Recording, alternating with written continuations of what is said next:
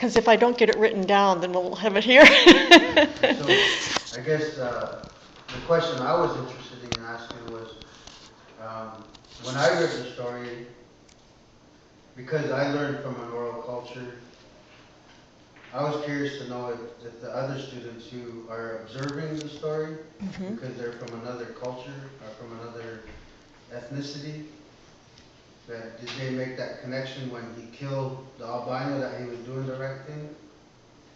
And when, um, when he killed in the foreign war and when he killed his natural enemy, is there, how could you differentiate that and say, you have a government and you can kill here, but you can't kill here. Yes. You can kill our enemy, but not your enemy.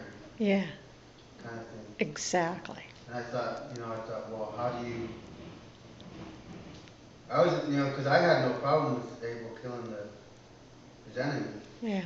But obviously, I think that's what Momaday is making that distinction of the difference between an oral culture, a more traditional culture, and a contemporary-minded cultured person. Yes. Where they say, oh, well, he was intoxicated and he murdered him. Yeah. But, I think maybe in some sense the way Momaday was making that distinction, that's how I read the story, is that he was making pretty clear distinctions between war and, like a different type of war, between, natural enemies. Yeah. But I think in the end, when you tie the lady making the curse and making the story of the snake and the bear, Yeah. and how they were actually getting revenge, if you follow the story all the way through, the woman, the mother, or the snake daughter, she was the daughter of the snake, Yeah. and he was the grandson Of the bear. of the bear, Uh-huh. and so she was getting back at him. I don't know how to make that into a question, but that would be a good question. It would. Well, I think just take what you said and just say, something like, what do you think of it? Oh, yeah. And I'm trying really hard with my English here. I think you're doing great. And I was trying to think, Use my big words. where is it? Is it in this book or is it like in an interview? I think it's in this book where he says something about the Kiowa, that they were a war society. But do you remember it? Do you remember that part at all? Because I think it's Abel trying to understand it. And he says something like, oh no, yeah, he's talking, I think it's in that part where Tosama is doing the way to Rainy Mountain. And he says something like, the Kiowas were a war society, but they didn't understand. Really? Okay. And those are usually war societies that do that. But he says something like, but they didn't understand the relentless onslaught of the white cavalry, the white armies, and the white Asian, Well, that. they had what they wanted. They had more than they need. Yeah. So why would you keep, Yeah. kind of like you relent, or okay, well, we're war society, another war society, we fight. Okay, I'll keep, you won that part. Yeah. But you keep coming, so that makes it different. Like he couldn't understand that. And it's so ironic, like when he's counting coup against the German tank. He's not even armed. It's like, what kind of warfare is that? Yeah. And it's maybe because he doesn't understand it, but he wins. Well, on that part of the story too, it was interesting because I know a lot of Dakota Indians, Plains, some of the southern, maybe that's where he comes from, is Iowa. Yeah. They take coup. They don't actually kill the person. Huh? It's like tag. like you take the. Like I could have killed you. Yeah, but I I can touch you. Yes. but I have the power I to, have the power to kill you, but I'm not going to do But it. remember that, remember that. Yeah. I did it. Yeah, yeah.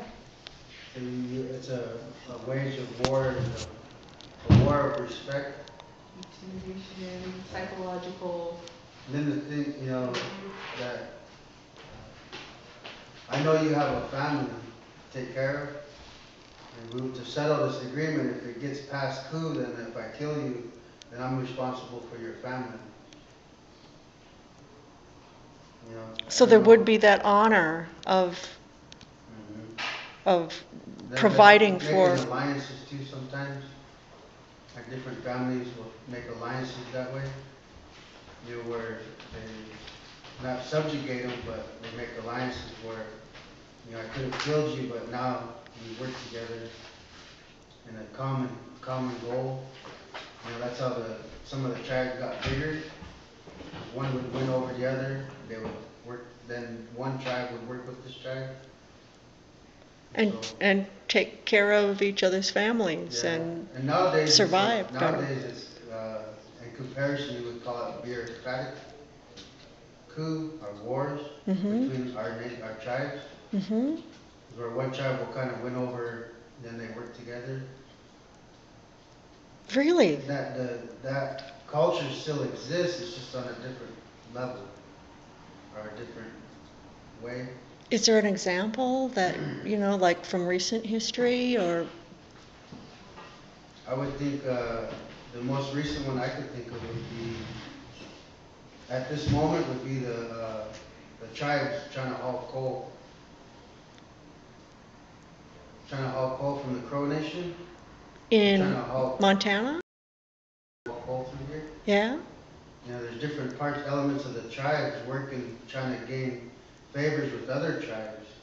So, because they have to bring their coal through our land. And so there's different bureaucracies working with each other. Negotiations, yeah. And so, And both sides want to benefit. yeah. Yeah. Where that's the only income that they have, the only way that they can make their economy thrive is by selling and shipping that coal, because all that coal is coming from a reservation. That's what you don't see in the newspapers. It's just that it's coming from Montana or wherever. But it's Crow It's Nation. actually coming from a reservation. Yeah. Coming through, and they're saying it like a coal company. This coal company is shipping it through this state and this state, but the tribes are putting a stop to it, when it's actually the coal's coming from a tribe, and it's actually the tribes that are saying, no, you can't bring it through here. But see, the state and the federal governments are making permits saying, okay, you can ship your coal through here, ship your coal through there. So they're kind of turning the tribes against each other. Where on a different level, the tribes are trying to work with each other to come to a mutual understanding. So that the government doesn't take it all. Take control of it. Yeah.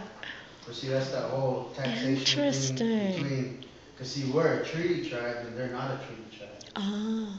And So you're sovereign nation, and but they're they are not. not established They're as not. sovereign. They're more like an IRA tribe, a constitutional tribe, which is under the jurisdiction of a state. The different tribes they have different sovereignty. You said IRA? IRA, Indian Reorganization Act. Really? Okay. And so it's a different, as defined by George III. You remember old? Yeah, I am revolution. sovereign, and that's what got him.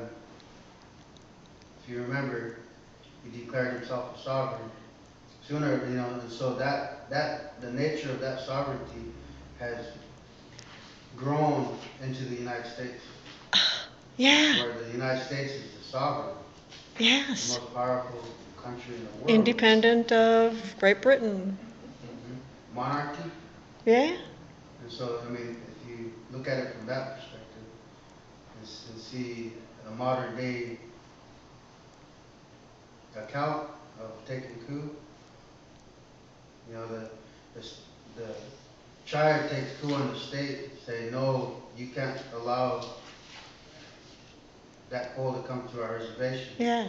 and the state comes back, well, then they make, you know, it's kind Then of they negotiate, give and take something Mhm. on both sides.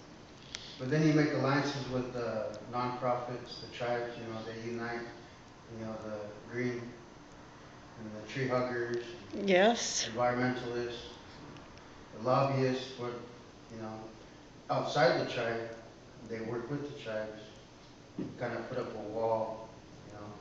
The wall will go through here, and then those people come, no, you can't, no, you can't. So now they talk about going to Canada, liquefying it, and then piping it out. Really, That's what they're talking to about. get around this problem of You see, the shipping tribes in Canada are weaker than the tribes in the United States because of the treaty rights. Different treaties. Yeah. Interesting. So there's a lot of different things at play. I hope this is all on here. This is going like 11 minutes. I didn't think that these went this long, but it says it's going. Good stuff. So Momaday's still alive. Yeah, we should ask him, you know. Did you come to our class? No.